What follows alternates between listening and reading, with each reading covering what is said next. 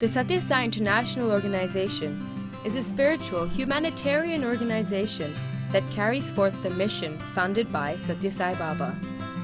Inspired by his love and example, people of all religions and cultures continue to serve society in all corners of the globe with love and selflessness.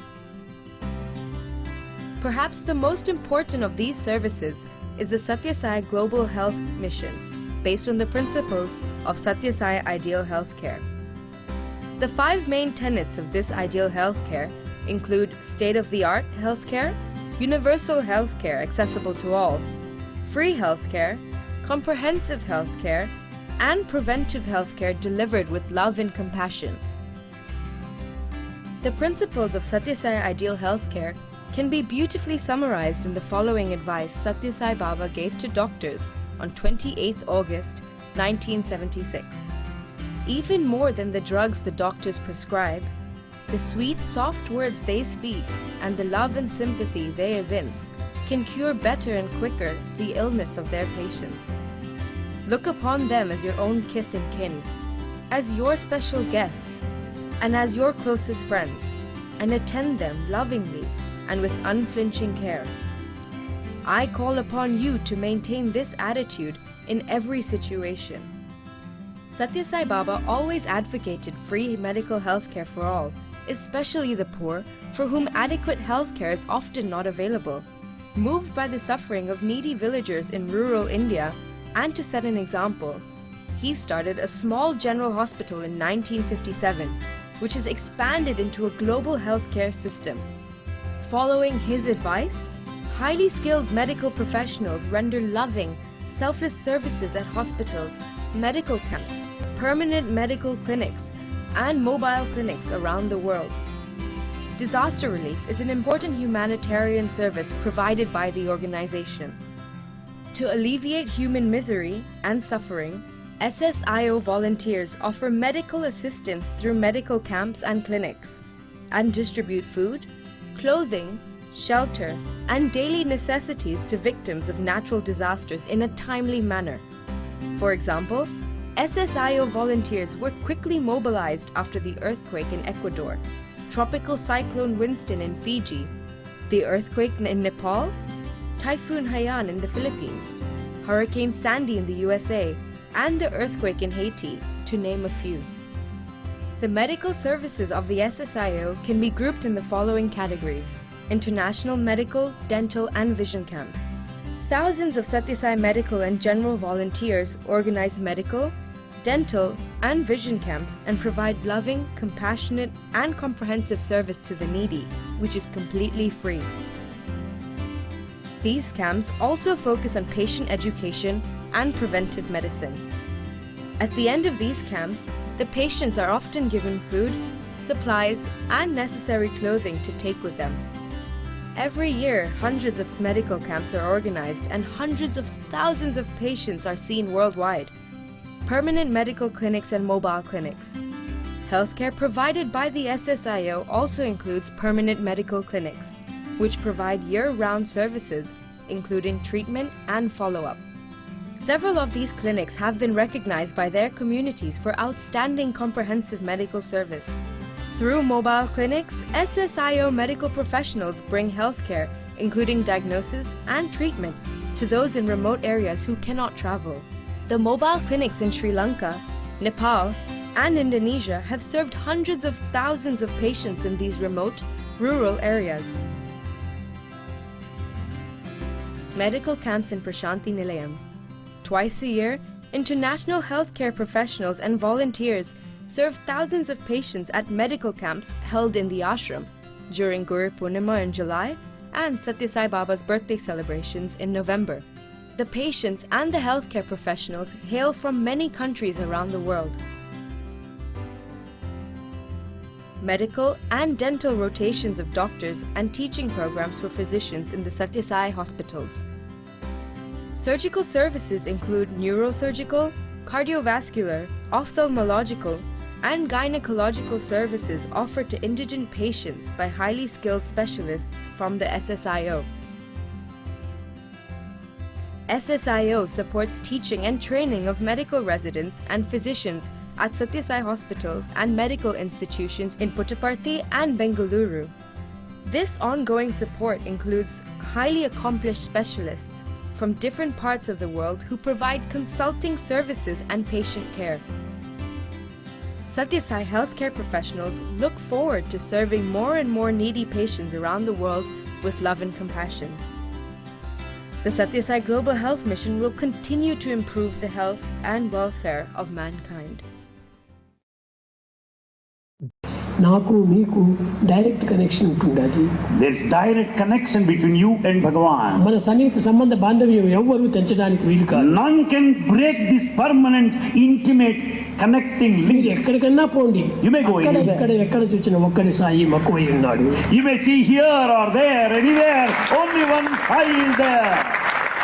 మీరు ఏ గ్రామం పోయినా కూడాను ఎక్కడ పోయి మీరు ఉద్యోగం చేసినా మీ వెంటనే జంటనే ఇంటనే ఉంటాను. You may go to any village, you may take up a job anywhere, but Bhagavan is always with you. ఆ భావాన్ని మాత్రం మీరు భద్రంగా చేసుకోండి. Treasure that feeling, that thought. నా వెంటనే ఉన్నాడు. Swami is with me. అనేటువంటి భావాన్ని దృఢం చేసుకోండి. Strengthen that thought more and more. ఎక్కడికి వెళ్ళినా నీ నీడ వస్తుండదు కదా. Your shadow follows you wherever you go.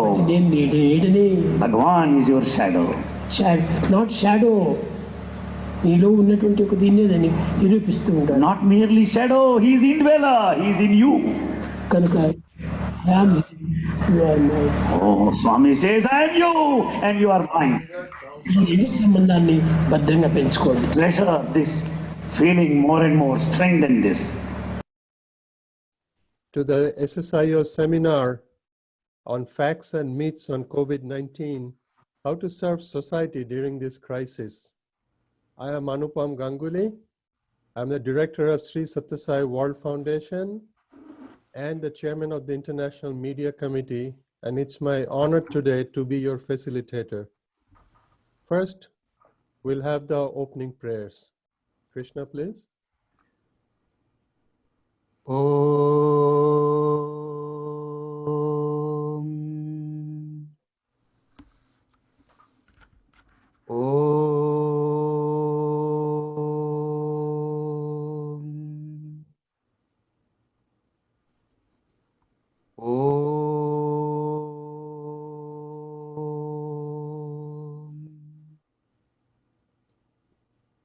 O Lord, take my love and let it flow in fullness of devotion to Thee. O Lord, take my hands and let them work incessantly for Thee. O Lord, take my soul and let it be merged in one with Thee. O Lord, take my mind and thoughts and let them be in tune with Thee. O Lord, take my everything and let me be an instrument to work. Jai Sai Ram. Thank you, Krishna. The Sathya Sai International Organization works in nearly 120 countries around the world, serving society.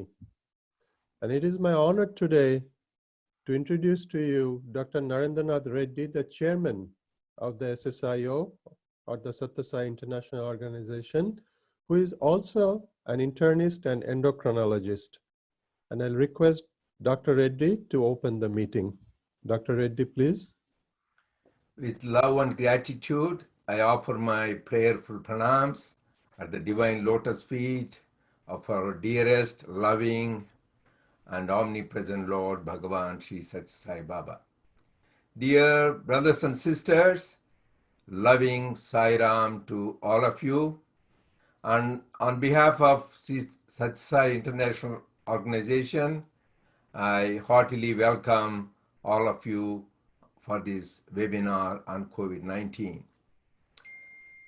So I want to first wish all of you a happy and holy Easter.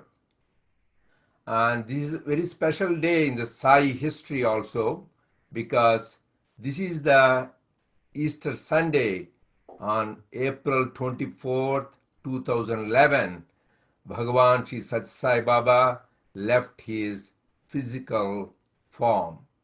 This is very significant, and another interesting fact is that is the day where the same day Orthodox Easter That is the Easter celebrated by Russians and Greeks, and the regular Catholic Easter happened to fall on the same day. That is very significant.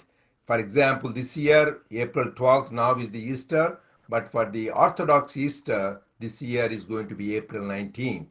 But that year in 2011, it happened to be the same time. And Swami says the festivals, these holidays, people celebrate with their family, have a nice feast and good time. But Swami says it becomes a holiday. A festival instead of holiday will become a holy day when we think about the Lord, His message, His glory, and His works. And it is very beautiful to say that many people around the world join this seminar where we share God's love, His message, and His works. Swami talked about Jesus Christ and gave many, many discourses. He talked in public and also privately about what a great incarnation of love and sacrifice He was. And Swami was also an incarnation of love and sacrifice. So here we need to know what the spiritual significance of Easter and what Swami said and what we learn. Because Jesus said, I am the truth, I am the way. And Swami said, I am Satya Bodhaka, I am the teacher of truth. That is why Swami said, there are many Babas, but there is only one Satya Sai Baba, who is teacher of truth. Because we are talking about facts and myths about COVID-19. There are a lot of things. But more higher importance, as spiritual seekers, we are all know the real truth about our existence itself. What is really existence? That is why even the oldest Veda, Rig Veda says, Ekam Sat. And as I said, Swami says, I am telling the truth. And what is the truth? It is summarized in two words. Swami often quoted, Brahma Satyam Jagan Mithya. Only truth is God alone is real and everything else is illusory. When we are caught up in the illusion, that is when we get all this fear, anxieties, depression, doubts, and worries. Because I know the pandemic COVID-19 has affected about 2 million people. But brothers and sisters, it has the disease of fear, anxiety, and depression has affected hundreds of million people in the world. But when we know the truth that all this is unreal, everything goes away. Swami said, when we have body consciousness, we are fraught with this fear. Fear of old age, fear of sickness, fear of losing our wealth, fear of losing our power, position, name, fame. And the greatest fear is fear of death for all people.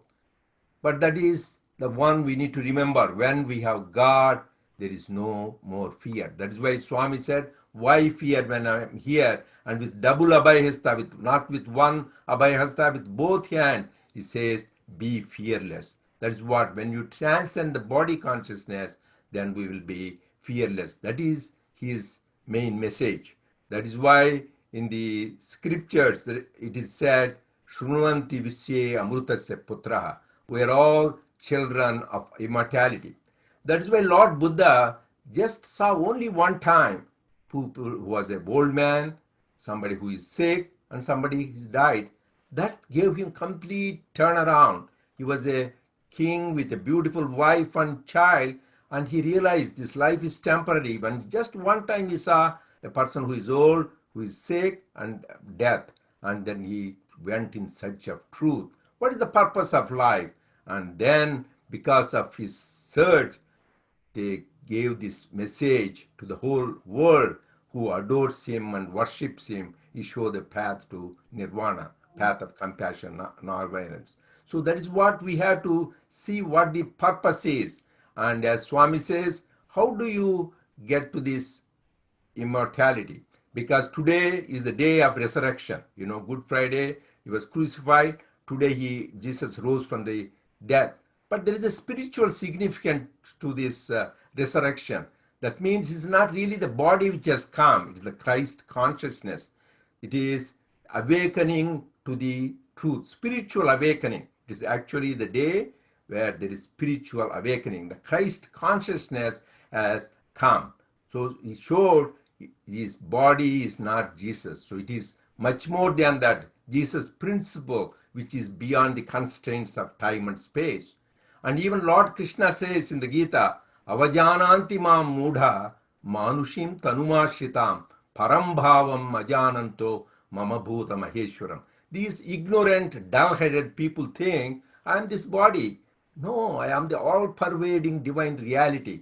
And Swami said the same thing many, many times. I am not this body. I am that Sai principle, which is all-pervading, irrespective of the time, place. It is always with us. That's why he says, I am with you, above you, inside. What is not the physical body, but that Sai principle. That is what we need to remember. Swami says, this is the day we need to remember. We all have to rise and transcend the body consciousness. This body is going to go one day. That is what we have to remember. As Lord Krishna says, Jatasya hi dhruvo mrityuhu. Once we are born, death is inevitable. Whatever it is born has to die, whether it is the plant, animal, or human being. But how do you make use of this life?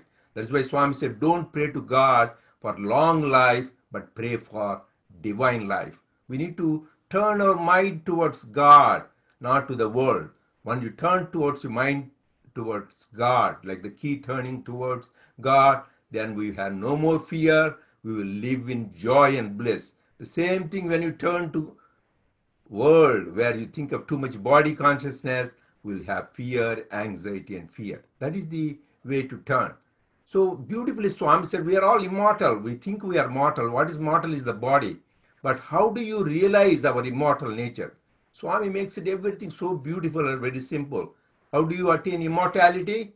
Removal of immorality makes you immortal. So we all become immortal in this very lifetime if we remove immorality, all the negative tendencies like selfish desire, anger, jealousy, greed, attachment, pride, and jealousy. If you get rid of them, then we will be immortal in this very lifetime. Here, how do you do that, get that immortality? Swami said, to remove the immorality, you follow the Lord's teaching. That's why Jesus said, what is the use of calling me Lord, Lord, when you don't follow what I say?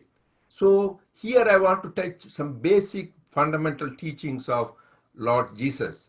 In the thing called Beatitudes, everybody should read that. There are 8 of them, and I will touch a couple of them basic. This is also called Sermon on the Mount. First he says, blessed are the merciful, but they shall receive mercy. That means we need to be compassionate. We have empathy. When we do that, as you sow, you reap, we will get the mercy from the Lord.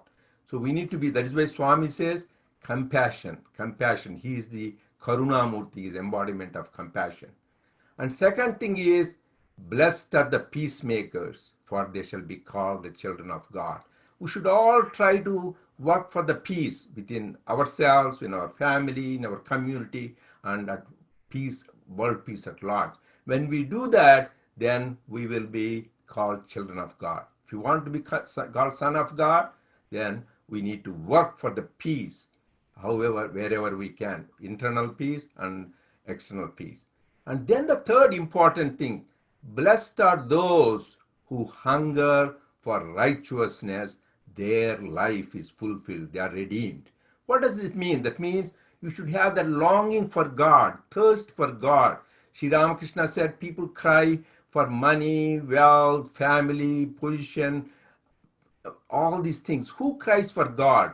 That is what Swami wants, or God wants. If you cry for God, we will have that blissful experience.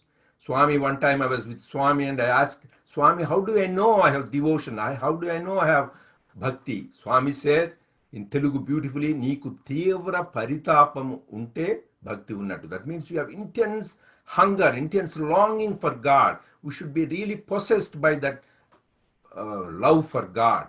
That means we have bhakti. That is what we should have. That is what when Jesus said, those who hunger after righteousness, their life is fulfilled. And finally, the very important thing in the same beatitude, blessed are the pure in heart, for they shall see God.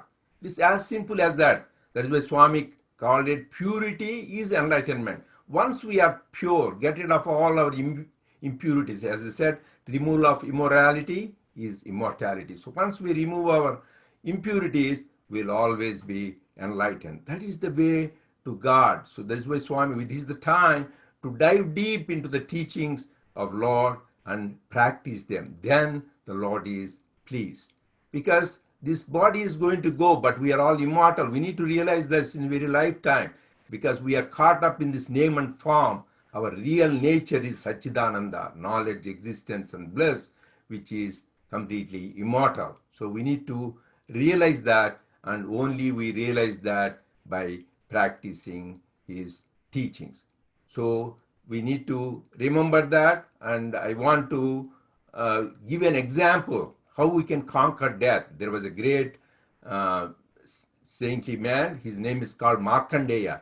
This man was a young man actually, was destined to die at the age of 16.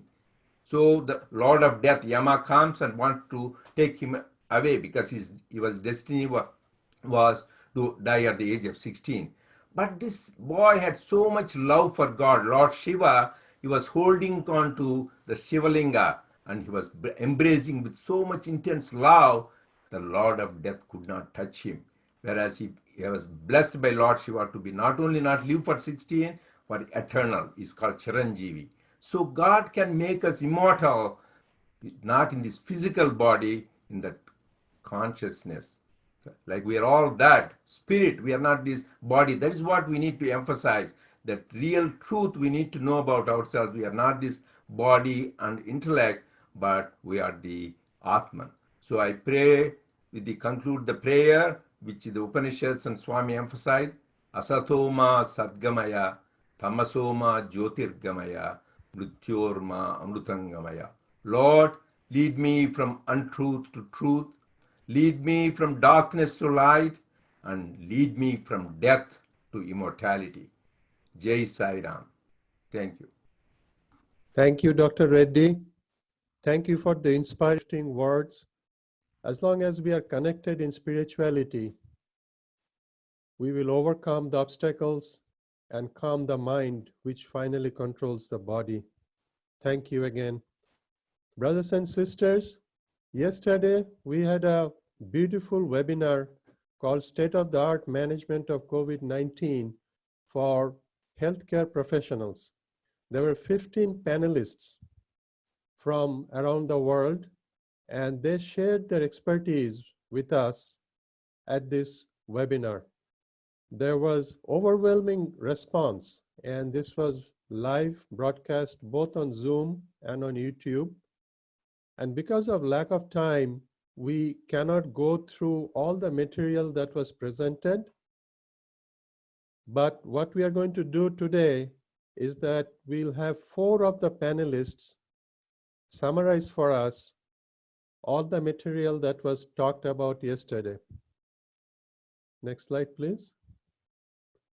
So these are the 15 panelists that were involved in the state-of-the-art management COVID-19 webinar. Next slide, please. While making reasonable efforts to ensure that all the information presented is accurate and up to date, the Satyasai International Organization makes no representation or warranty of the accuracy, reliability, or completeness of this information. Please note also, this information provided today is for informational purposes only. It is not a substitute for medical advice, and all medical information presented should be discussed with your healthcare professional and in consultation with local, state, or country health regulations, policies, procedures, or your healthcare facilities system. Lastly, I'd like to mention to you that the presentation slides may not be redistributed, republished, displayed, posted, or transmitted without the express written consent of the SSIO. Now, I'd like to call upon the first of the 4 panelists to talk about the subject matter that was discussed yesterday.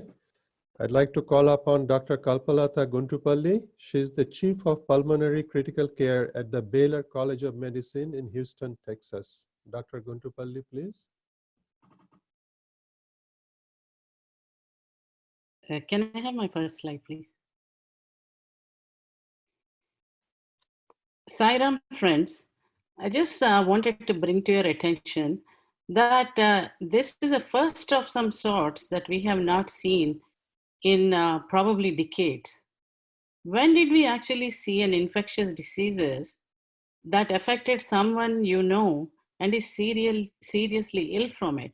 I mean, we have friends who may have heart attacks, we have friends who may have gallbladder surgery, but where did you have from India to all over the world, someone suffer from the same disease and maybe very seriously ill? And when did we last see when maybe 1 in 10 of our colleagues may be infected actually from patients? I mean, we see TB patients, we see several patients that we have risk of contracting from the patients, but this 1 in 10, 1 in 7 is really, I have not seen it and it has not been seen in decades. When did we see the whole world is on lockdown, nobody's coming out, and now the healthcare professionals are the soldiers. We are the new boots on the ground. We're actually in the trenches, knowing that we have a serious risk to ourselves and perhaps to even our families. When did we see the hospitals which are filled with patients with one disease? I mean, even in the last flu epidemic in the 2000s, we have not seen the whole hospital filled with the flu patients, although it had a mortality of about more than 16,000 patients in the entire US. When did we see in the recent past so many patients who are young, who are critically ill from one disease? Can I have next slide, please? When did we see the last time all these specially trained people who have trained all their life, perfecting their skills in different fields like neurosurgery, ophthalmology, cardiology, take care of the patients that they have not been trained to take care of because the demand is so much? In the days of the COVID, everybody is a COVID doctor.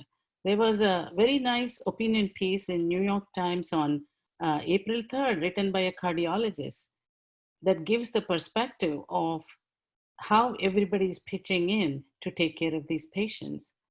When was there a healthcare crisis that nobody could volunteer because they were needed locally as well?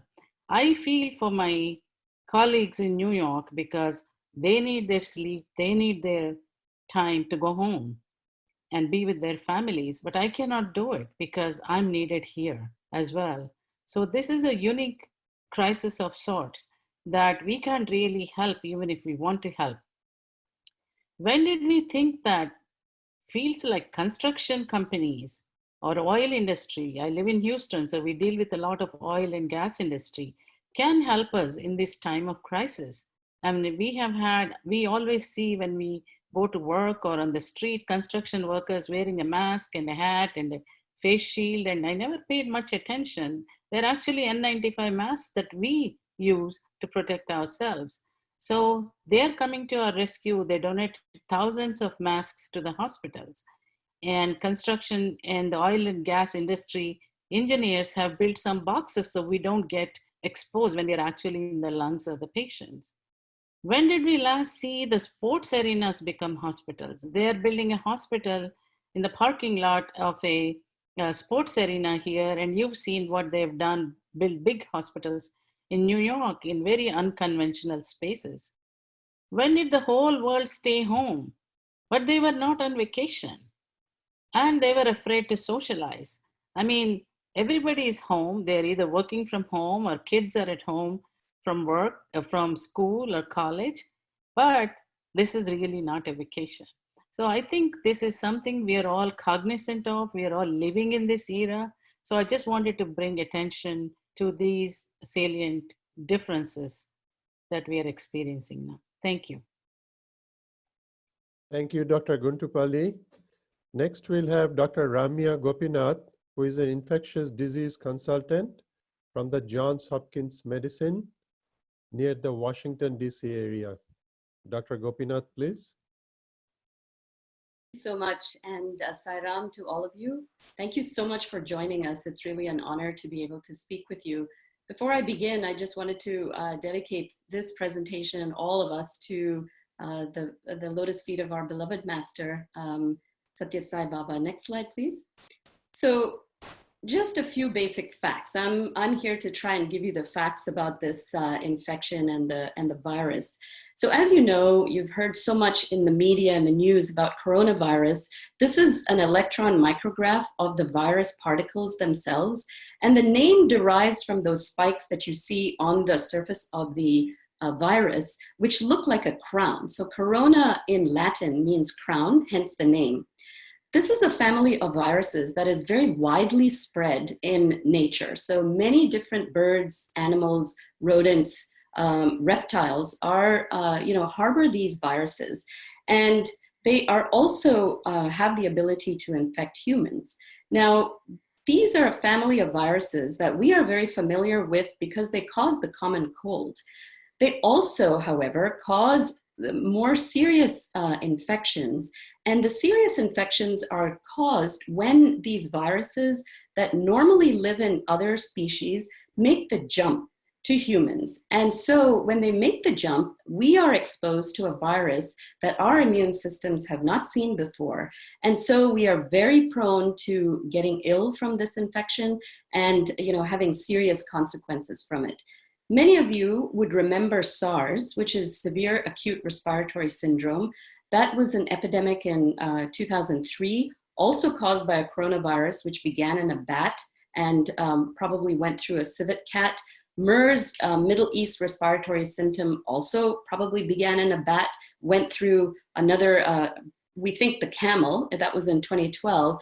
And this particular pandemic of SARS-CoV-2 causes the disease that we now know as COVID-19, which stands for Coronavirus Disease 2019.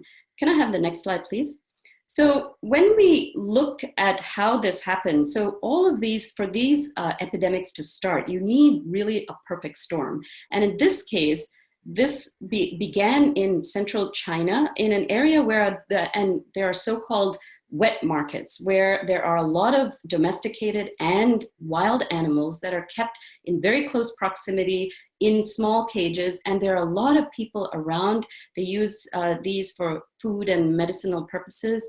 And so with these conditions, it creates the perfect milieu for the virus to jump from an animal such as a bat to other species. We think in this case that the intermediate species may have been an animal called a pangolin, which honestly I had never heard of before this pandemic, but you can see a picture of it on the right bottom. Next slide, please.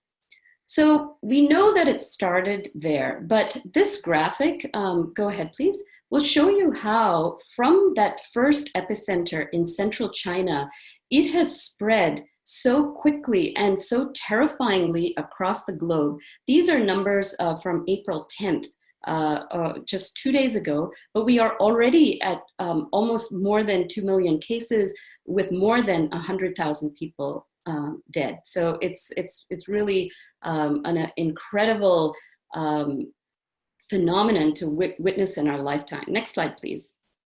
So let's talk a little bit the specifics about this virus. How is it transmitted? As you all know, human-to-human spread is thought to be the biggest way, or the biggest way that this virus is transmitted. As you can see in that very graphic photograph on the left, when we sneeze, if it's unprotected, we are actually releasing millions of particles filled with viruses into the atmosphere. And obviously, if you sneeze on somebody, then all of that gets onto them. If you sneeze into the air and it's unprotected, we also now know that that virus that's released into the air can actually remain suspended in the air for about 3 hours. And so somebody who maybe comes into the same space or the same room can actually inhale that virus. The other thing that happens is those droplets that are extruded when we sneeze or we cough or we talk at a very close distance of about 3 feet, they can actually settle onto surfaces anywhere, counters, tables, door handles, anywhere, our hands. And what happens then is that once we touch those surfaces, then our hands become contaminated. And then once we touch our faces, the mucous membranes of the mouth, the nose, the eyes, that is how the infection can get transmitted from these inanimate surfaces as well. I've also provided a little bit of information as far as we know right now. I will say that a lot of this information is very rapidly changing in the context of this epidemic. So what we know right now is that the virus exists or can be viable or live for a period of up to 72 hours on stainless steel and plastic, and can live even on copper and cardboard. Obviously, this has implications for how we disinfect and decontaminate our surroundings, maybe the things that we use that we don't really think about. And it has implications for how, if somebody is living with somebody who may have been exposed or infected, how we need to take care of the environment in order to prevent transmission. We also know that many of these patients do have diarrhea. And now we're learning that the virus does live in stool for a period of time. So like other infections, viruses like rotavirus or bacterial diseases like cholera, for example, which are transmitted by the so-called fecal oral route. So your hands are contaminated, you ingest that, you get the infection. We think that that may be a potential possibility in this infection as well, but we still don't know to what extent. And finally, I really want to emphasize the fact that even though this is one of those few infections where even if somebody does not have symptoms, they could still be harboring the virus in their throat, their nose, and this area, and in the course of sneezing, coughing, talking, can transmit it to other people. Thank you for changing the slide. Next, please advance. So who gets COVID-19? Go ahead, please. So the part to emphasize is that anybody can, including young people. And I think that's a really, really important point, because I think in many parts of the world, there has been this somehow thought that young people are somehow immune to it or don't get it. They do get it. And I think they can be very important reservoirs of infection to pass it on to other people. In the US, and I think around the world as well, we're finding that more than 50% of patients who are admitted to hospital are actually under the age of 50 years. But having said that, the risk factors are, if you are over the age of 60, over the age of 70 or 80, the risk definitely goes up. People who have pre-existing diabetes or high blood pressure, heart disease, lung disease, cancer, or who are on immune treatments of any kind are also at risk. What's the incubation period? Well, it can range from 2 to 14 days, but usually around 5 days. Next slide, please. So what are the symptoms of COVID-19? So again, you have probably heard a lot about this, but generally speaking, it's fever that can be very low grade, or it can be much higher, 101, 102, etc. Dry cough, sometimes shortness of breath, headache and facial pain, sore throat, fatigue, muscle aches. Sometimes people just kind of feel like they have a bit of a cold when they begin. People are developing diarrhea, and reports of bloody diarrhea, that is blood in the stool, have also been reported, accompanied by nausea, sometimes vomiting, abdominal pain.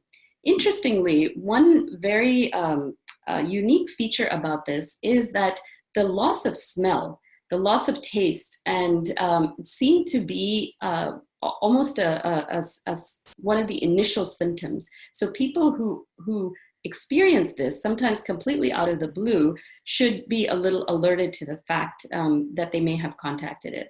So when the infection progresses, it can lead to the severe acute respiratory syndrome, most of whom, obviously all of whom, need to be in the hospital, characterized by low blood oxygen. These patients are often at risk for blood clots, is what we're finding, and can develop chest pain that really mimics a heart attack. Next, I want to also emphasize, though, that as far as we know, 75 to 80% of these patients actually recover. And obviously there are differences in that rate of recovery based on the age group that one belongs to or the coexisting medical conditions that one might have. Next slide. So is COVID-19 just another type of flu? Lots of people have been asking this. Next slide, please. So if you look on the left side, the characteristics of the flu are a sudden onset in 1 to 2 days. Many times people will tell me, Doc, I feel like I've been hit by a truck. You know, fever, chills, body aches, headache. We're all familiar with it. Most of us have had it.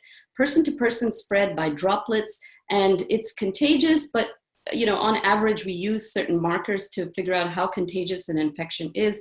This spreads to about 1 person. Children, older people, pregnant women, people with underlying medical conditions we know are at increased risk of complications from the flu. A reason for hospitalization is usually that they develop a superimposed bacterial infection like a pneumonia on top of the flu. So they'll be recovering from the flu, then develop a pneumonia and will need antibiotics. However, we do have treatments for the flu, such as Tamiflu. Many of you may have heard of it or taken it, Relenza, etc. And there is a vaccine. Please advance the slide. So on the other hand, though, COVID-19, the onset is over a few days, like a cold, dry cough, fever, difficulty breathing. The person-to-person spread is definitely droplets. We think there may be some airborne exposure as well. The spread is generally to 2 to 3 people, so more contagious. Older people, those with underlying conditions, are definitely at risk. We're still not sure whether there is an increased risk for pregnant women. And the reason for hospitalization in COVID-19 tends to be because the virus has involved the lungs and you have a need for oxygen or ventilators. As you know, there is no treatment so far and no vaccine. Next slide, please. So what if I have symptoms? Next slide, please advance. And so we treat at home, fluids, acetaminophen, cold compresses, you know, a lot of tender loving care. These are the things, just like if you had another respiratory infection, please have a short, small threshold for talking to your doctor by phone, by telemedicine. Many physicians are sort of offering these things. Go ahead, please. And isolate yourself as much as possible from others in the house. Specifically, use separate glasses, cutlery, linens, wear a mask if you have to share the same environment. Again, as much as possible, one should follow these things. Caregivers should wear a mask and gloves as much as possible, especially if they need to care for an older person with this. If you have a worsening cough with shortness of breath, please call your doctor, talk to them, or go to the ER. Recommendations for women who are pregnant and breastfeeding are still evolving, but can be found at this website on the CDC website. Next slide, please. So should I get tested for COVID-19? Well, in many different countries, the threshold is different for testing. In the US, it's still a moot point in many areas because it's not yet widely available, as widely as we would like it to be. Ideally, testing is important because it's important also to remember that other viruses are still in circulation. For example, if you are sick and you have influenza, you can be treated for that. So it's important sometimes to understand what it is. Testing criteria vary in different countries. From serious symptoms, we tend to test healthcare workers or first responders with symptoms, and residents of long-term care or other facilities because they are very much at risk. These are done in outpatient settings such as offices, clinics, drive-through, and inpatients. And the samples are usually taken from the nose, the throat, the nasopharynx, and sputum. Next slide, please. Are treatments available? Really important. No treatment is proven or approved yet. In this circumstance where we don't have an approved treatment, clearly there's a lot of anxiety and a lot of eagerness to try something, anything that will work. But I think it's important to understand that we should also avoid self-medicating, because as good as some of these drugs are, all drugs have side effects and they can lead to adverse reactions, as has happened in parts of the world where they have taken too much hydroxychloroquine and leading to cardiac and other toxicities. However, here's a list of the drugs that are in sort of under study. There's a lot of trials going on all over the world for an antiviral called remdesivir, the antimalarials, hydroxychloroquine, antibacterials like azithromycin, anti-HIV medications, other drugs that modify the inflammatory or immune response of the body, plasma from patients who had COVID-19 and recovered, and other things like vitamin C, which are under study, and anecdotal, lots of things come through. Next slide. So what should I be doing? Next slide. So I think the key thing to remember is keep calm and stay at home, and we'll get into why.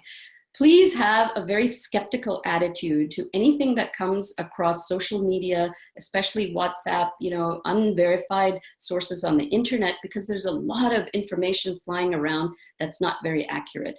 Wash your hands. This is really basic, but very important. There's lots of good videos to teach you how to do it. It should be for at least 20 seconds, the back, the front, in between your fingers, your thumbs.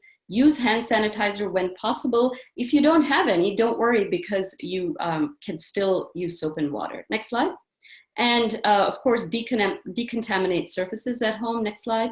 And I think the concept of wearing masks in public and physical distancing is important. Next slide. So why is it so important to stay home? I think there have been a lot of questions about this. Please go ahead. So I think it's important to understand. Let's look at the usual public health approach. Next slide. So ideally, if a person is tested and found to be positive for an infection, he or she is isolated, hopefully at home, until they recover and they can't infect others. Their uninfected family and other contacts are quarantined. So they also stay away because they may have unknowingly acquired the infection. What we then tend to do is contact trace, find all patients who came into contact with these people and place them in quarantine and or test them to understand how far the infection is spread. So all of these methods work by limiting the number of people who are actually exposed to an infection. Next slide. And so this is in use in a variety of ways across the globe. Next slide. So this is all called containment. Most of us around the world, some countries still are in this phase. We are definitely in the mitigation phase where we're assuming that everybody could be infected and we're trying to keep people away from each other to mitigate it. Next slide. This graphic actually shows you what happens. It models the spread of a respiratory infection, a fictitious one, in a population of 200 people going about their daily routine as usual. So the sick people who become sick are in the brown, the healthy people are in the gray, and the recovered are in the pink. This does not show you how many people are actually hospitalized or die, but you can see how rapidly the infection spreads. Next slide, please. So what if we were all physically distancing, staying home as we are being told by our health authorities? Let's see this simulation. So when only 1 in 8 people are out and about, again, the brown are the sick people, the gray are the healthy, the ones in pink are the recovered ones. And you can see how much the infection, the spread of the infection can be contained by such a simple measure as sort of staying home, staying 6 feet or more distant from other people. Next slide. So what can we do to help? Next slide. So self-quarantine, I already went over. Self-isolation is the same thing, especially when we are sick. And I think the other part is the physical distancing, really important. I told you about the spread of the droplets and aerosols. I think anything, that's where the distance of 6 feet comes from, at least. And the closing of schools, businesses, canceling sports events, staying home is all part of this physical distancing. And I showed you why it's so important. Next slide. So stuff we just can't do anymore for quite a while. We've all had to adjust the way that we live. We can't be in a big crowds for a while. We have to really try not to touch our faces, shake hands, or hug randomly. This is where our good old namaste comes into real use. Not only does it acknowledge the divinity in somebody else, but it's really good for infection control as well. And home is where the heart is. It's also where the office is, the gym is, the school is, everything for now. Next slide, please. So that's the science. Next slide. But we have Swami. And as Dr. Reddy so inspiringly said at the beginning of this presentation, I think we really have to remember that, he is there and he is there for all of us. Next slide. So what is it that we can practice and what can we learn through this? We are trying to get through it as best as we can, but in the midst of all this, we just have to sort of trust that there is a bigger vision and a bigger purpose to all this than maybe we can see at the moment. Next slide. Stay positive. Whether it is just ourselves, don't focus too much on the news. This too shall pass. It will pass. Support each other, stay positive, very important, because that also bolsters immunity. This is a great opportunity to strengthen our faith. Next slide, redouble sadhana, namasmarana, and the power of prayer, even when we cannot be with the people that are sick or who are in really desperate straits. We do what we can, but we can all pray. And that prayer will have God's love to them and will help in ways that we cannot understand. And finally, we have learned from this that we are indeed all one. No matter where we come from, what our backgrounds, we are unique and together in our vulnerability to this infection, but we are also together in our ability to overcome it.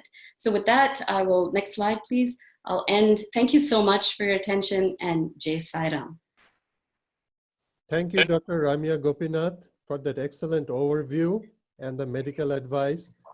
Brothers and sisters, we'd like to remind you that at this point, you can also send in questions and answers to us on Zoom. You'll see a Q&A button at the bottom of your screen. And if you send them to our panelists, they'll be happy to address them as we go. I'd now call upon Dr. Akshay Kalathia. He's an otolaryngologist, head and neck surgery specialist in the Florida area. He's also the service coordinator for the SSIU of USA. Dr. Kalathia, please. Thank you, Dr. Ganguly. Sairam, everyone. Wishing all of you a very, very holy Easter. So next slide, please.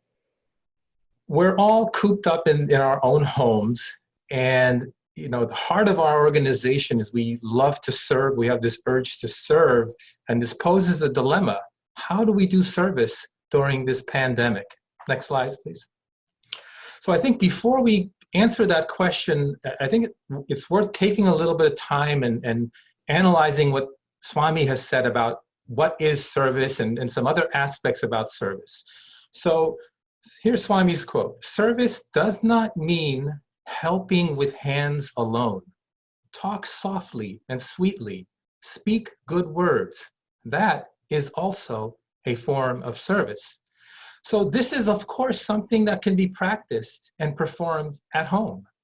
Next slide, please. Why do we do service? What does Swami say? Selfless service is a more exalted means of spiritual progress than such other ways as meditation, bhajan, and yoga.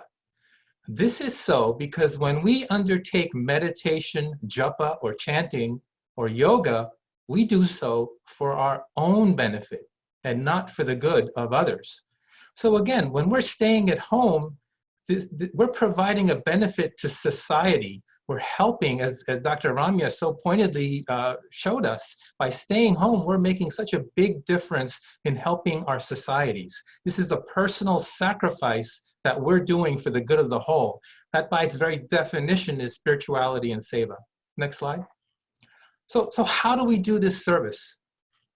Any little service performed with love is enough.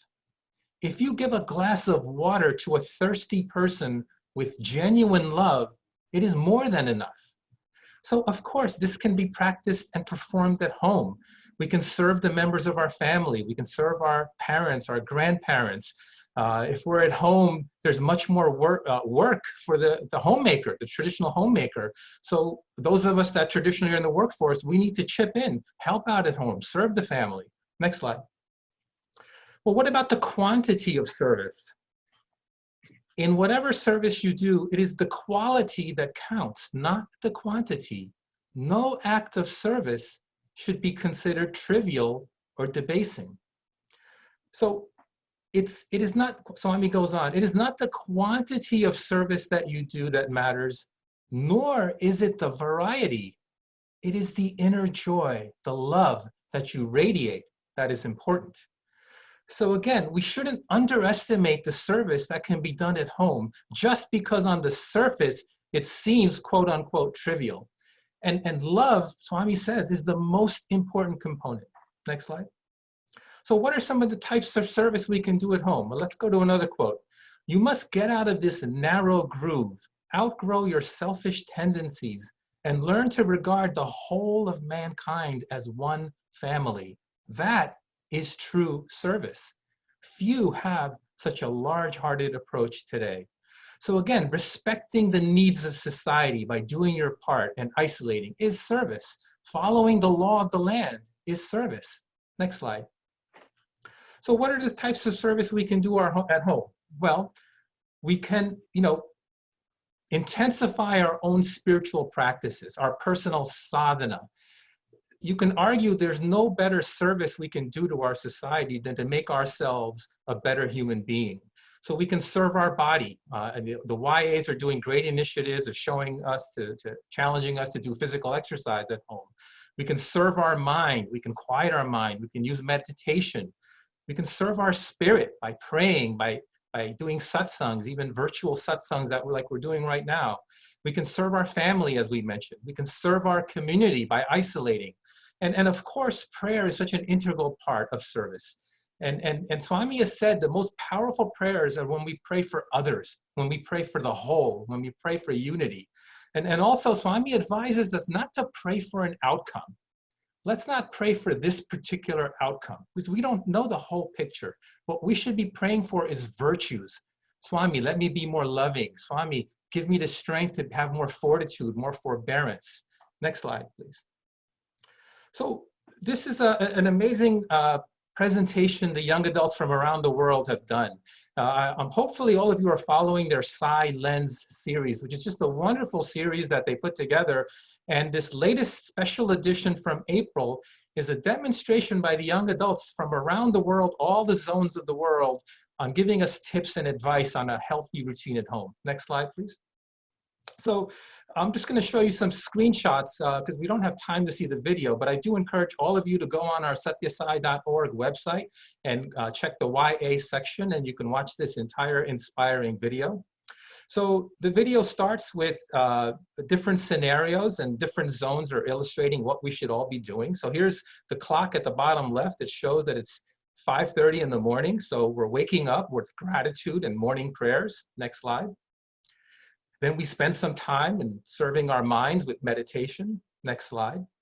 And then family time, having our meals together. This is something Swami has stressed so often over the decades, that we should be not watching TV, not being on our device by ourselves eating. We should be congregating together as a family and speaking about sacred topics when we eat.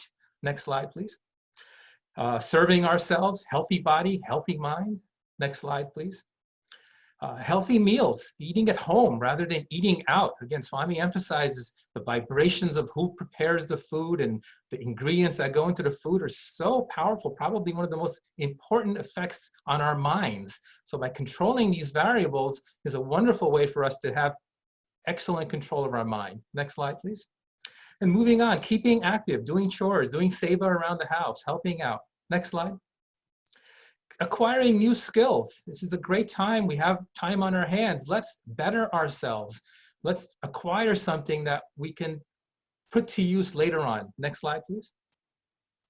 Being grateful. Here's a little skit that they showed. The mother is helping the young adult how to learn how to cook a recipe. So we're expressing gratitude to those, our forebearers, our ancestors, our parents, our grandparents, who teaches us all of these skills that are so valuable for us. Next slide, please. And of course, prayer. It should be an integral part of all of our routines, intensifying our prayers during this time period. Next slide, please.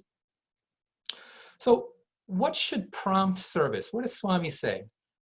Really speaking, only those who are afflicted with agony, equal agony at the sight of pain and suffering, distress or disease, have the right to offer service, for they are not serving others. They are serving themselves, serving to remove as fast and as intelligently as they can their own agony. So feeling the pain of others, that empathy is a driving force for the seva. So how can we utilize that force and follow isolation orders? Next slide, please.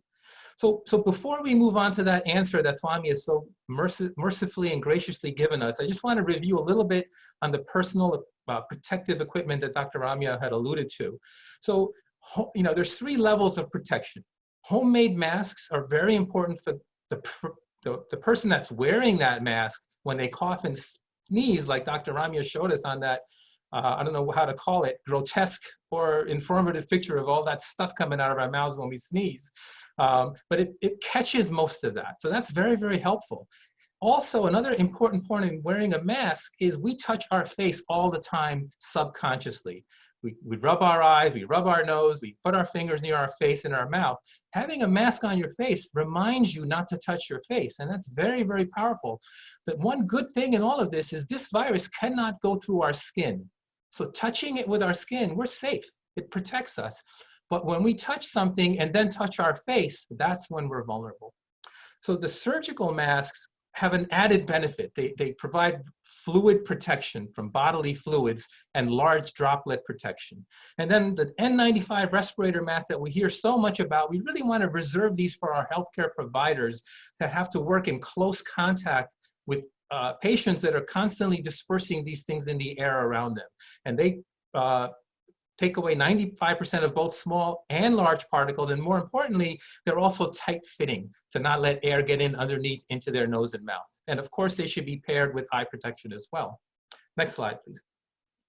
So going on to this service project, what can we do at home? Well, this personal homemade mask and personal protective equipment service that Swami has inspired so many centers around the world to do has been such a wonderful opportunity for us to do something and be involved.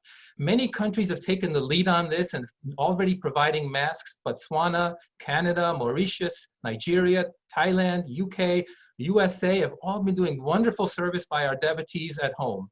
And what are the benefits? Well, it meets a need. And that's one of the criteria Swami always reminds us. Do something that's needed.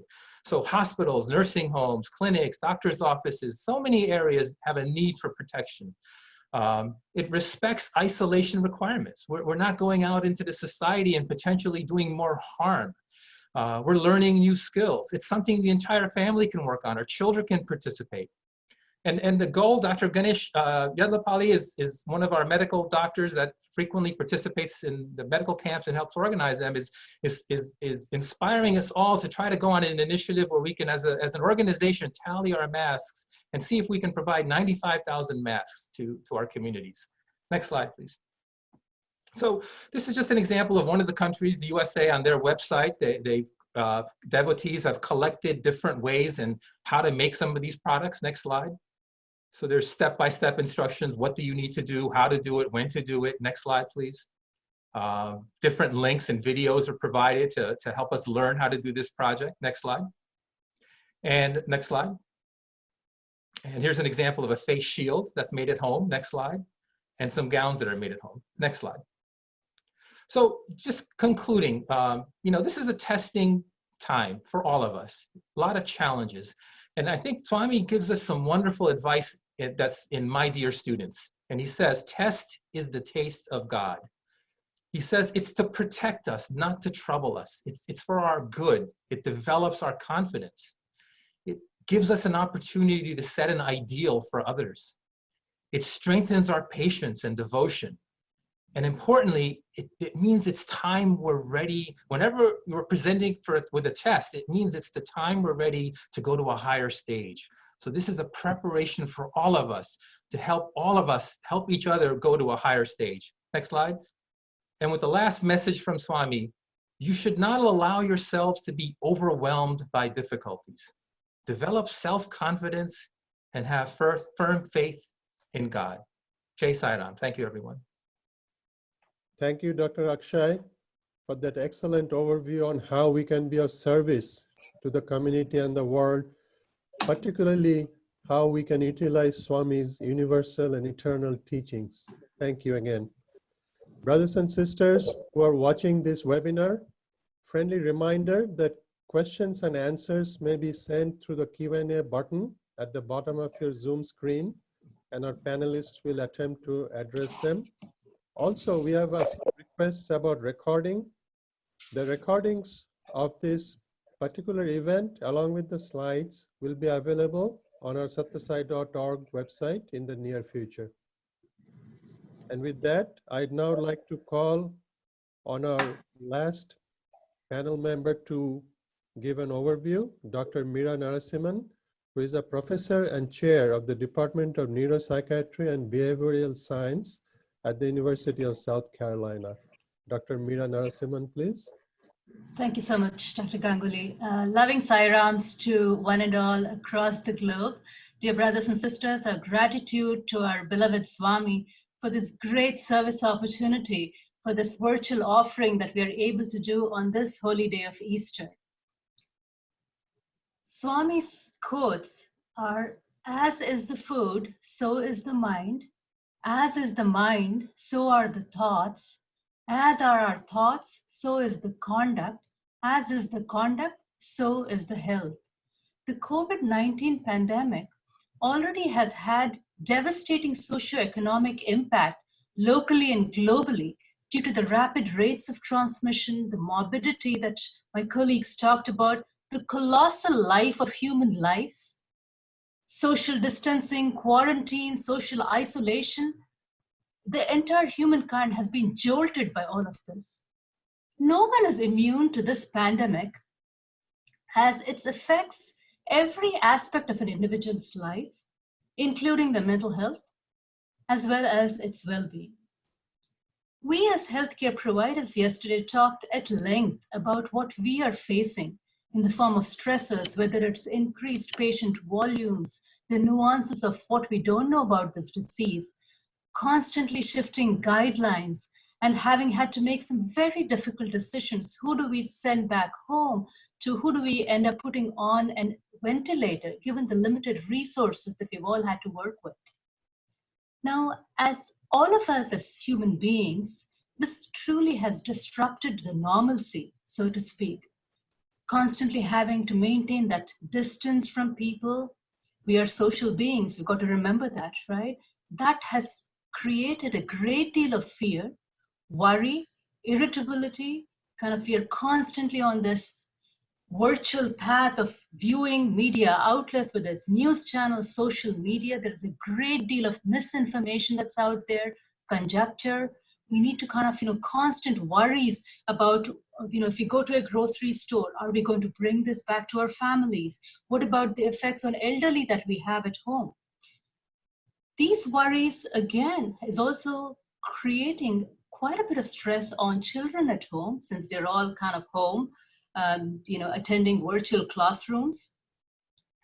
The elderly have their own way of kind of dealing with these stressors, being anxious, being afraid all the time, kind of whether they need to voice their concerns. And also, I think each one of us is cognizant of this awareness of our own mortality in front of us at times. Some of those who are dealing with kind of family members in hospitals or in nursing homes, not being able to say goodbye to family members when they are there during their final moments.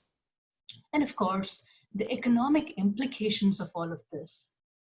Fear and uncertainty surrounds us. There is no doubt about that. Now, the mind truly plays a significant role in terms of what ifs, catastrophizing all the time, the worst case scenarios. What will tomorrow bring? What is kind of, going to be the fate of my family, given the economic implications of all of this? And that in turn gets us into this downward spiral. So what are some of the symptoms of stress during COVID-19? So we talked about the fear about one's health of the loved ones. There will be changes in appetite, sleep, concentration that you may end up seeing, which then has an impact on worsening of your physical and mental health conditions. Some of the work done by our Chinese colleagues from the Wuhan province has already gone on to demonstrate in that cohort that there is an increased risk for depression, anxiety, acute stress disorder.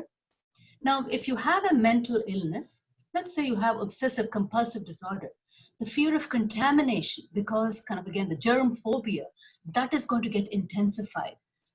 Does it exacerbate psychosis? What about somebody who's living with depression, anxiety? How does that in turn result in worsening of their symptoms? So these are things that we as individuals in the society, as well as we as healthcare providers, need to be ready to watch out for these warning signs and signals, but also as providers, be ready to treat these mental health issues over the coming months and years.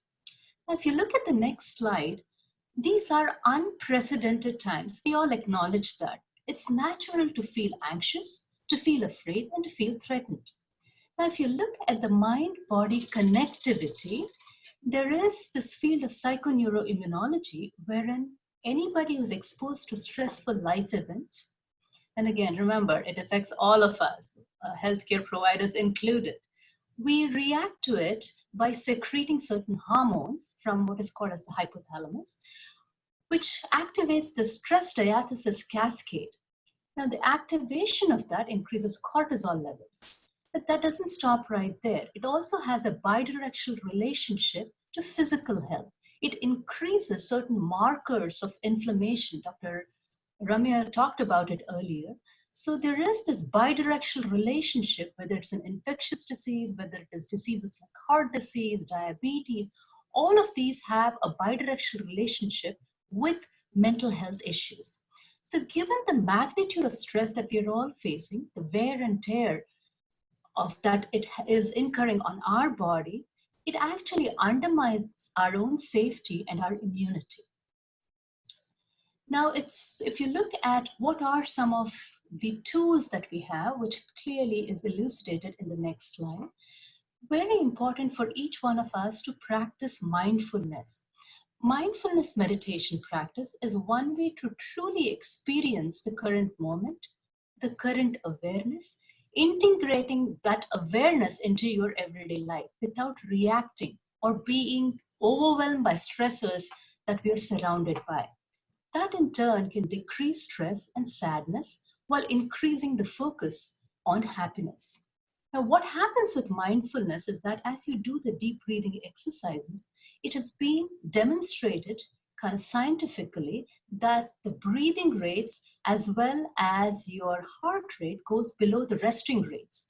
That in turn is what is called as a relaxation response, which improves kind of the stress that you're going through by improving healthcare outcomes, whether it is in depression, whether it is in anxiety, heart disease, diabetes, as well as infectious diseases like HIV, wherein it slows the progression of the disease as well as improves CD4 counts. A number of other treatment modalities which clearly healthcare providers can provide is psychological first aid for first responders or those who have seen a family member die kind of, in front of them. Trauma-focused cognitive behavioral therapy, grief counseling is something that can be provided. There are a number of tools, be it online tools or artificial intelligence-driven mental health chatbots, wherein the computer interacts with you with a human voice. And these tools are all provided as links on the SSIO website for those of you who are interested in looking at. So it's important for us to address this on the mind, body, spirit plane as we kind of start to, experience some of these stressors moving forward. Now, if you look at the next slide, everyone in your family is experiencing some level of stress right now. You've got to acknowledge that. Recognize the feelings of loneliness, fear, and anxiety. These are normal reactions, as I stated, with the flight and fight response that we experience. You may want to start to create some time for yourselves. Try to see if there's also some time wherein you can communicate with your family members, with your child, especially children who are so vulnerable because there is a lot of emotions that they are going through. Allow them, once you start expressing how you feel, it may also allow them to kind of vent and express their feelings and their frustrations. If you go to the next slide, it also is helpful for you to maintain a routine as much as possible. Limit time on social media and try to make sure that there is me time for each and every individual within the family. If there is a possibility to safely venture out, kind of get some fresh air in your garden or the porch while maintaining social distancing, please do that. Make sure to check in with your spouse as they're also handling the same amount of stress being a parent. Working from home can be stressful. Virtual connect is important. Again, doing it in moderation is very, very important as we go through this over the course of the next several months. Finally, I would be amiss if I did not, as a mental health provider, would not have done my due diligence if I did not leave you with a prescription for mental well-being. This is our own way of dealing with the COVID-19 stressors given the fact that we're all in the Sai family, the Sai way of dealing with stress. First and foremost is stop worrying about things that you have no control over. What tomorrow is going to bring, no one knows. Nothing that you can do can prevent the spread of this disease other than social distancing and what the mental health providers have already given you. What the economy holds tomorrow, again, is not within our control. Try as much as possible to add a sense of normalcy to your life and to the people around you. When it comes to electronic gadgets, your iPhones, internet connectivity, make sure to use it in moderation while staying informed. The only thing you have control over in life is the way in which you lead your life. Make sure to lead kind of your life by exercising, maintaining a healthy sattvic diet. Sleep and rest are a must. Please be mindful of your feelings. As much as possible, try to practice mindfulness meditation. Gayatri chanting is good. If you know Hanuman Chalisa, that would be wonderful to chant that.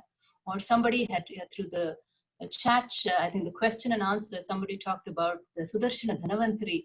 If you are able to chant that, that's amazing. Please do that. And always be grateful. A prayer of gratitude to Sai for the opportunity that he has given each one of us to serve in our own kind of, humble way.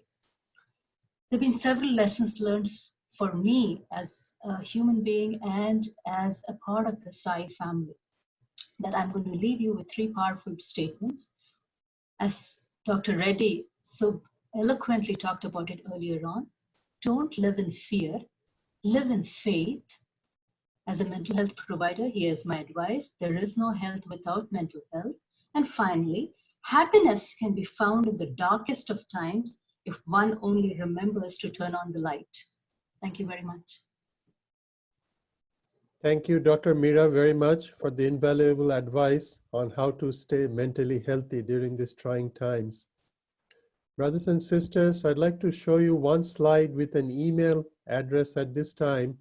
In case you have any questions, your pending questions may be answered by emailing them to covid19@satyasai.org. Let me repeat, covid19@satyasai.org. And now for the question and answers that have come in to our inbox here on Zoom, I'd like to request two of our medical specialists to ask those questions of our panelists. And those two doctors are Dr. Vijay Chundi, who is a radiologist from the Florida area, and Dr. Hari Kanjivaram, who is a GI specialist and professor of medicine at the University of Michigan. Dr. Hari is also the medical director of the Zone 1 of the SSIO, comprising of the countries of Canada, USA, West Indies, Guyana, Suriname. Now I'd like to call upon Dr. Vijay and Dr. Hari to please ask the questions. Sairam. Sairam, everyone. It's a distinct honor to ask our speakers and some of our panelists these questions along with Dr. Chundi. I'll start first. The first question is for Dr. Kalathia. What precautions should we take with kids and elderly at home? Sairam, thank you for that question.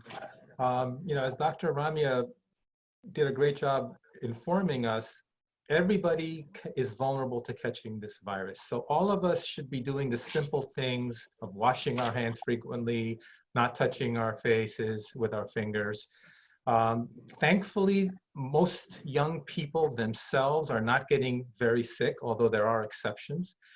The big concern is there could be children that have the virus and are not exhibiting any symptoms, which is apparently fairly common, and they can unknowingly pass it on to other members of the family.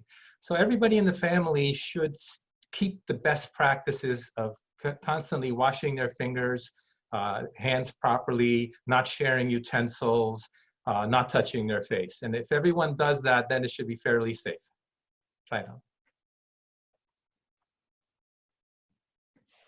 Thank you, Dr. Kalathia.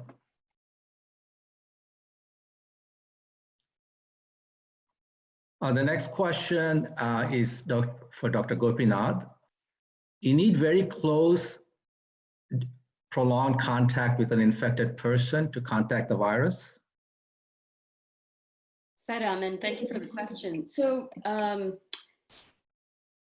so this is kind of a little bit of a, there's a nuanced question here. Most of the time, you do need, like even when we are talking, as I mentioned, if we are very close, there is a chance of some of the sort of saliva and other things sort of being extruded into the atmosphere. For the most part, if the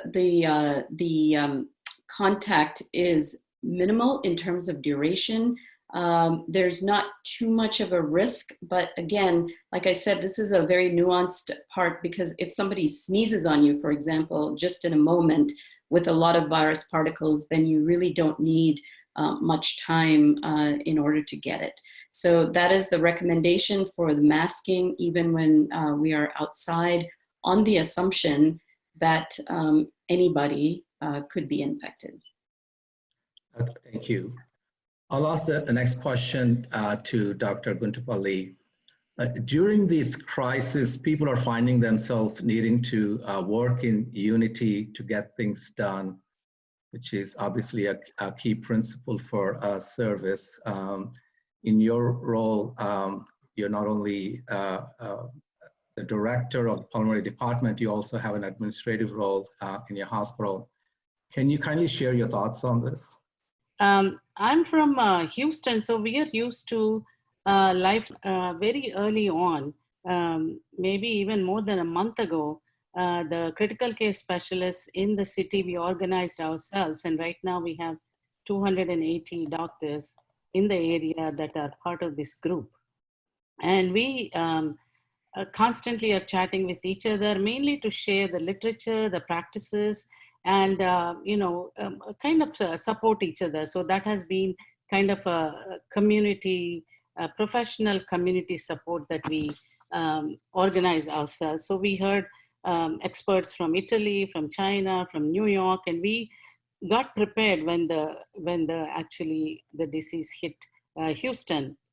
The other thing is, as a community, one of the critical care doctors went to every construction company in town, and she collected, and they were very generous in donations, and we collected thousands of N95 masks and face shields, and got organized that way. One thing as a community and as a in the ICU, for example, one of the doctors, Dr. Raleigh, who was on the panel here, he early on came up with the idea that we need to show support to our New York colleagues. And then he organized packaging 200 care packages and sending to New York with a personal note to everybody who was actually in the trenches taking care of patients in the ICU. And this was so popular when he posted on Twitter that we got requests from New Orleans saying that, hey, we are hit too. It's not because these doctors cannot buy a box of chocolates or doodads that we sent, but it's just that we care. So I think as a community, we need to come together to support each other, especially in this crisis. Thank you, Dr. Guntupalli. The next question I want to ask is to Dr. Kalathia. The question is, if I feel normal, I can't possibly have the virus. Social distancing is only important if around symptomatic people. Can you answer this? So that's a good question. And, we're learning more and more about this COVID disease as time goes on. And some of the studies from Iceland, where they're testing so many more patients than most other countries, even asymptomatic patients, they're finding that a very high percentage of patients they tested that had no symptoms had the virus or have the virus. So in this time, you really have to assume that anybody can have the virus. And there's something called universal precautions. During a pandemic, as it's going from community to community, country to country, more and more people are going to be having this, and a certain number of them, and we don't know who, can have the virus, and luckily it doesn't bother them, but it doesn't mean they can't pass it on. They can pass it on. So that's why the isolation is so important, that during these times we, as that beautiful graphic that Dr. Ramya showed us with those dots bumping around. We can make such a big difference by all of us, whether we think we're completely healthy to still isolate, it will make a difference as a service to our community. Sairam. Thank you. The next question is for Dr. Gopinath. It's kind of a two-part question. First part is hot weather will eradicate the virus. Is that true? And to a related question that's being asked is that can we reuse a mask after drying it up in sunlight, or do we need to wash it? So thank you for those questions. Yeah, there's been a lot of speculation about whether the advent of hot weather will actually make a difference and in terms of decreasing the incidence of infection.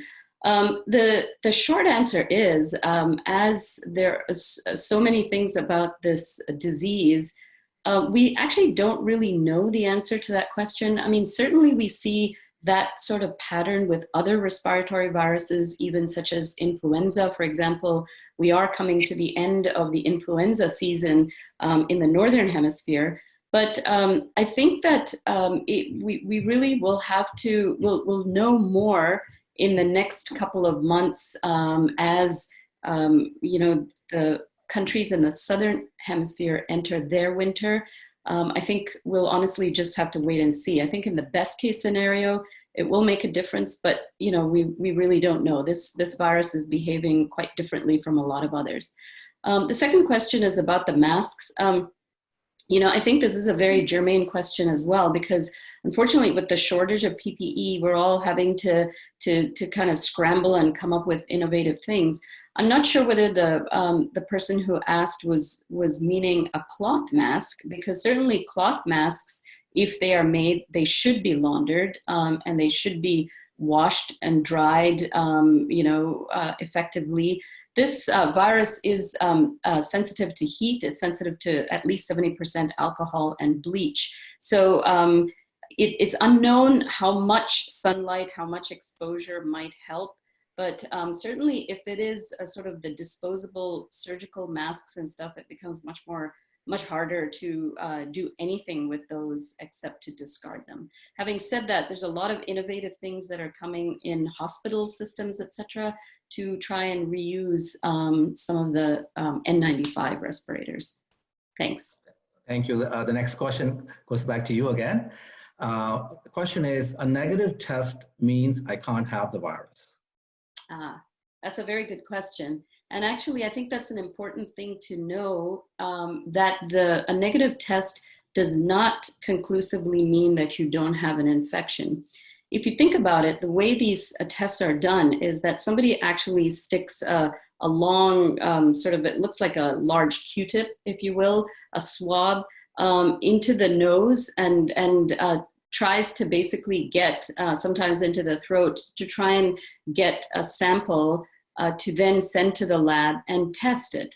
Now that depends on how much virus you have in the exact spot where the swab was taken, or the spots.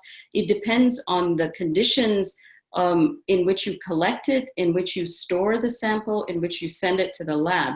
So all of this means that from the time that the sample is done, it has to be done correctly, it has to be done in the right place, it has to be stored properly, and it has to be tested properly. So you can see that there's many areas where you can get a negative test for other reasons other than that you actually don't have it.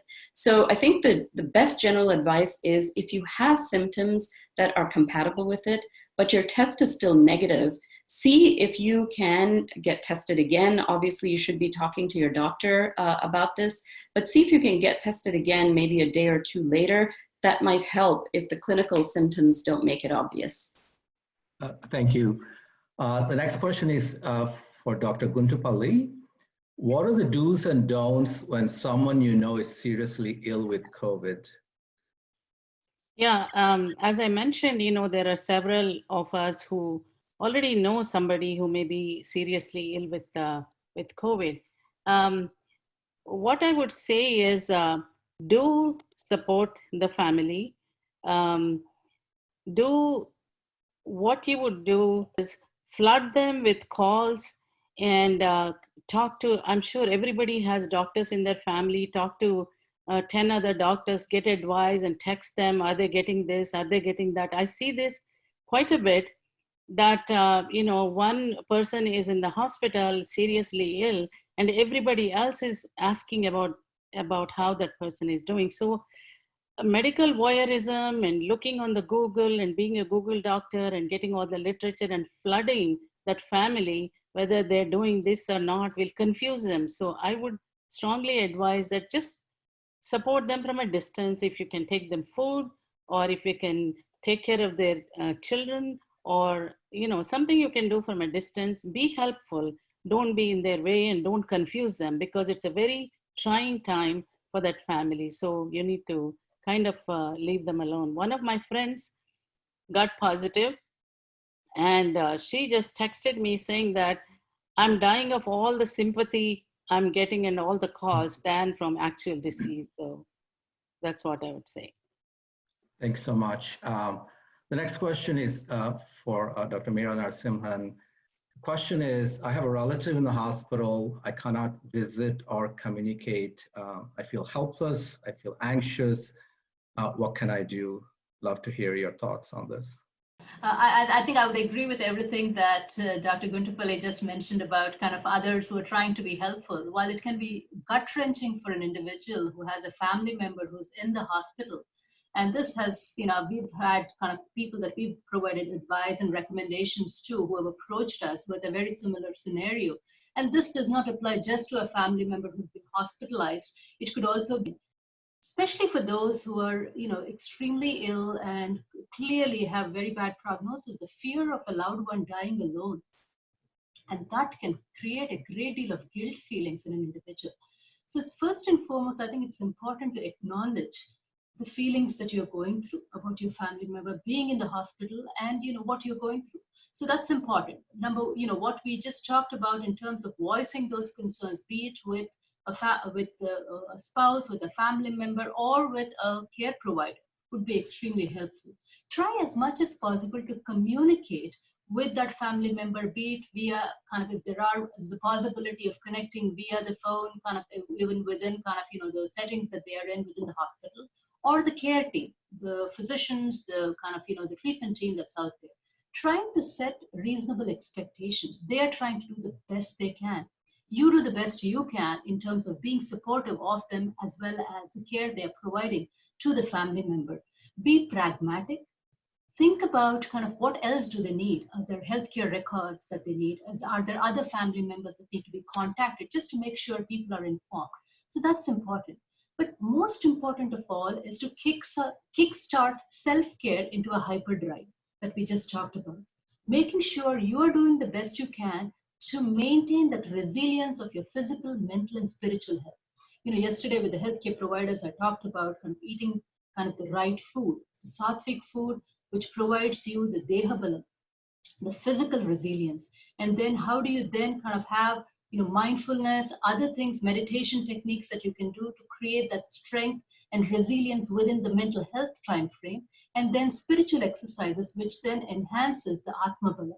So having the mind, body, spirit connectivity as you are dealing with this gut-wrenching, challenging situation of a loved one being hospitalized, not knowing kind of what's going to happen to them, is going to be extremely helpful. Take care of yourself first.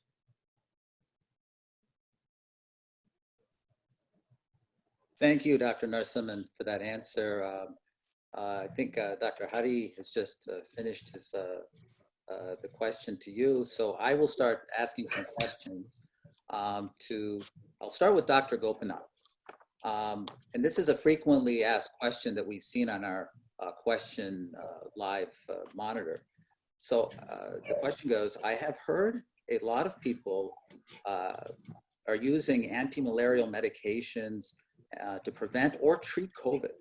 Is there a role for this type of treatment, and do they actually work? Thank you for asking that question. Thank you for giving me the opportunity to try and address this.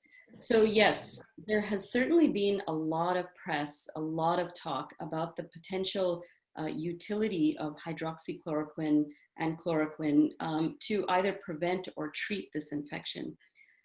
to date, we really don't have absolutely good sort of randomized trial data that was done correctly to really ascertain whether this treatment actually works for treatment or for prevention. There have been a couple of small trials, which many of you have probably read about, from China, from France. All of these had less than 50 people. They weren't done under very scientific conditions in order to get an answer.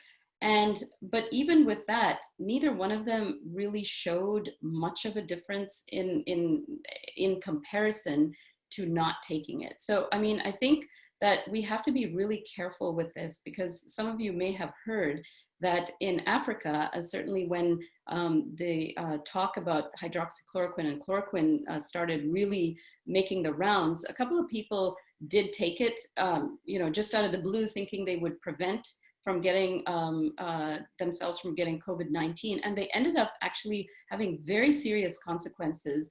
In fact, they died from overdosing on chloroquine. These medications, as I said in my presentation, they're wonderful when used in the right setting for the right reason.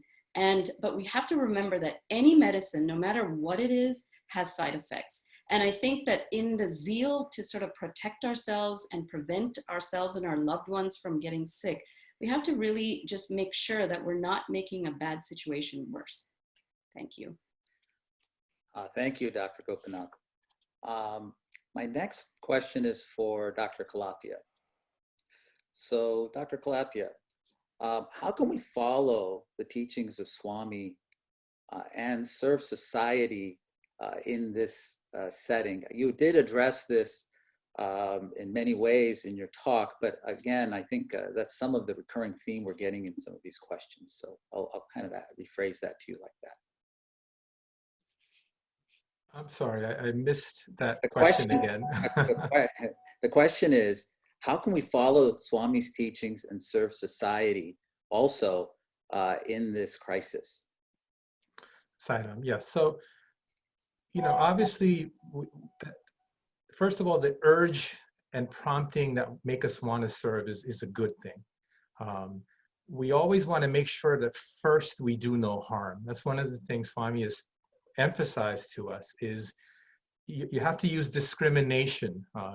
You have to make sure you're serving the right person at the right time in the right way, and you don't want to hurt that person. And sometimes you could be helping one person and inadvertently hurting another.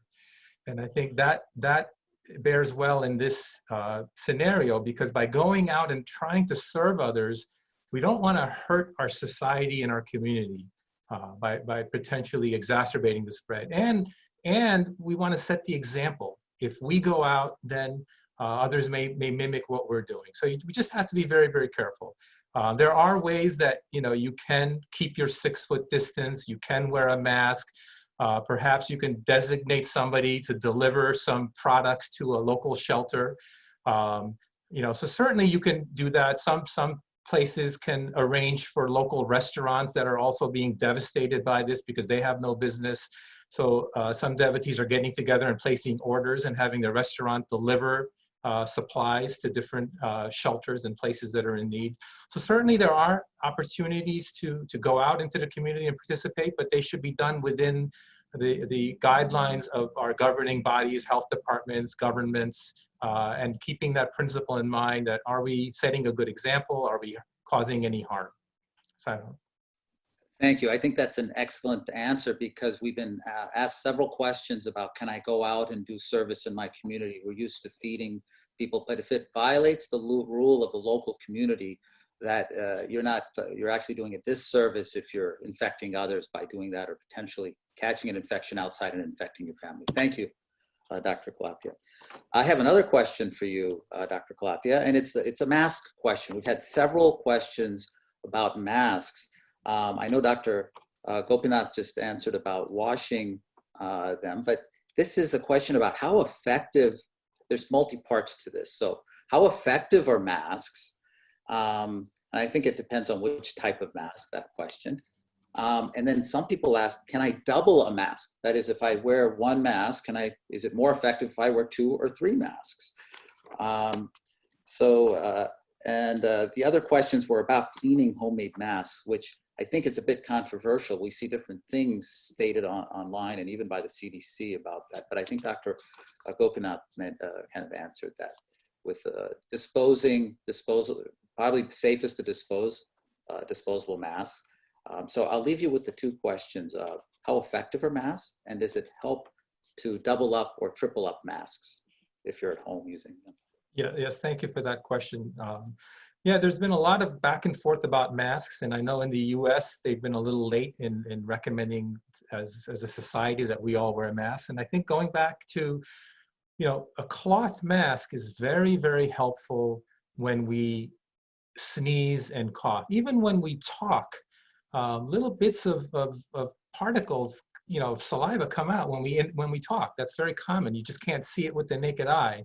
So if you're in a close conference with someone and you're a couple of feet away from them and you're talking with each other for more than 5 minutes, you could imagine that you could transmit a virus. So wearing a mask protects you from spreading virus into the air, droplets. So it is effective in that sense. And again, wearing a mask just reminds you to be vigilant. It reminds everybody around you to be vigilant, just psychologically. So if you have a mask on, you're not going to touch your face as much. You just know subconsciously you have to be more vigilant. So it's powerful in that sense as well.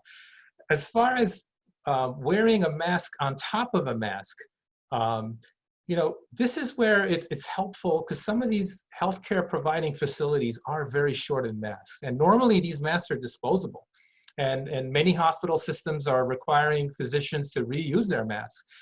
Some of them only allow them to use it 5 times. Some of them require them to use it as much as they can. And some of them don't even have these N95 respirator masks.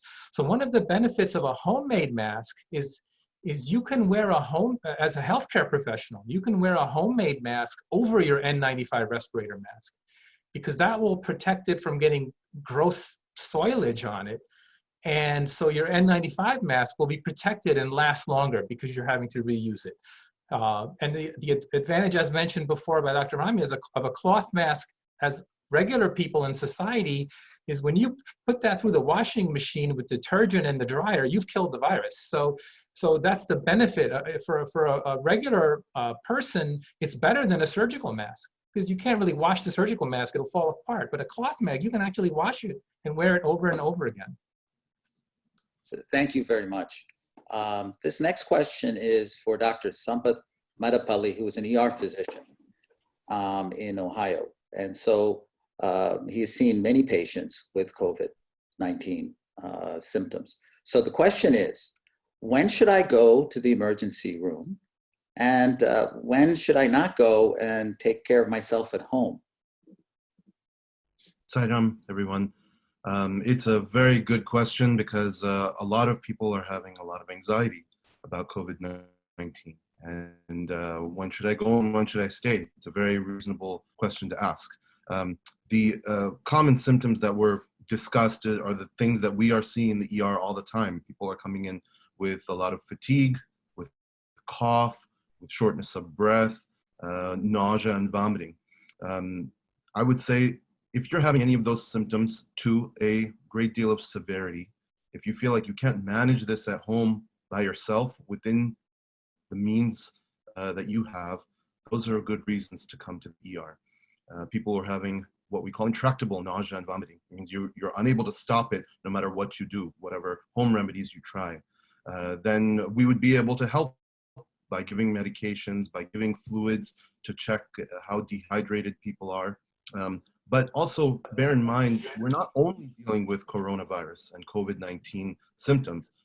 People are still having the problems that they've always been having. People are still having heart attacks. People are still having strokes. So don't keep that in your mind that, there are the possibility of what we call regular problems still coming up.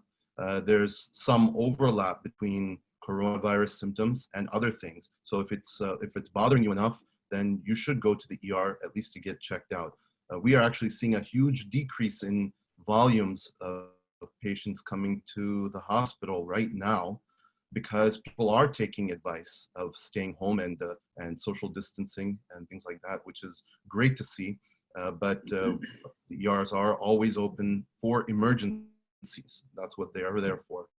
And so we encourage people to come if you are concerned for those kind of things. Ultimately, you know, it will depend on how severe symptoms are, and it's always a discussion of, well, how do you feel after we've done given you fluids or given you medications? Are you feel well enough to go home, or are you still not feeling well? And we can make a mutual decision about which direction to go in. Saidam. Thank you very much, Dr. Medapalli. I will conclude with Dr. Hari Kanjivaram, who I will ask questions about medication questions for people who have chronic disease like hypertension. So this first question is, I have high blood pressure, and I was told some of the medications may cause problems if I get this virus. And I'll follow up with another question to you, Dr. Kanjivaram. Thank you. This is an important question. We do know that patients with chronic disease are susceptible, and many of them are actually on especially two particular type of medications which have caused some concern in this setting, and these are mainly used for high blood pressure. Those are called the ACE inhibitors or the angiotensin receptor blockers, or ARBs. And there's been some concern that these actually worsen COVID infection. But it's important to know that so far there's been no evidence to support this association between these medications and more severe COVID infection. This is from all the medical data that we have. So it's very, very important that patients continue treatment with these medications to actually prevent complications from their medical conditions. So once you stop them, you're putting yourself at risk of having a complication. So you need to continue them. Also, there's no evidence that stopping these medications actually reduces the severity of the infection either. So for all these reasons, it's important to continue and really speak with your doctor. You know, they might advise if there's a reason to cut back or stop them for other medical issues, but don't stop them on your own based on what you've been hearing. In this regard, another very important question we get asked is that patients who are immunosuppressed or on medications which can suppress their immune system, but they're actually taking it for chronic conditions. There's, again, no data to show that these actually worsen COVID. So if you're on any immunosuppression medications, you have to continue these medications. And if you have any concerns, please ask your doctor about it. Well, thank you very much for also addressing the immunosuppression question, because we had several questions coming to our panel on the question answer board about chronic diseases like systemic lupus erythematosus, other ones where they're on immunosuppressants. So it's important to keep taking your medications and consult your doctor. Don't do anything before consulting your doctor. Thank you, Dr. Hari. And the last question I have, I think we're going to close with the question and answer session with this question to Dr. Kanjivaram as well. And the question is, if I take ibuprofen or Motrin, is there a problem if I have this virus or if I get this virus? There's been a lot of uncertainty about the non-steroidal anti-inflammatory drugs, or what we call NSAID for short. And this concern was raised based on some anecdotal reports earlier on with some patients who received these medications or were on it. They were thought to have more severe COVID infection. But this has not been, again, medically shown, despite this initial concern. There's really not enough medical data to support this. So if you're actually on these types of medications for some chronic conditions, you should continue them. Again, talk to your doctor. They may want to reduce the dose to a dose which is effective for your symptoms, but definitely there's no data so far to show that you have to stop these medications. Thank you very much, Dr. Kanjivaram. And that will conclude the question and answer session. Thank you very much for the opportunity to ask these questions.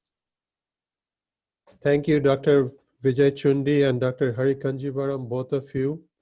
Those questions and answers were very, very informative and useful for us. And now, before I call on Dr. Narendranath Reddy for the final closing remarks, I'd like to remind our audience and thank them also for being with us that you can submit your questions on COVID-19@satyasai.org. You can also go on our website where our IT committee is going to post the recordings from today's meeting as well as the slides, and you'll be able to access them both. Again, a big thank you to all our panel members who have answered questions and who have given presentations both yesterday and today.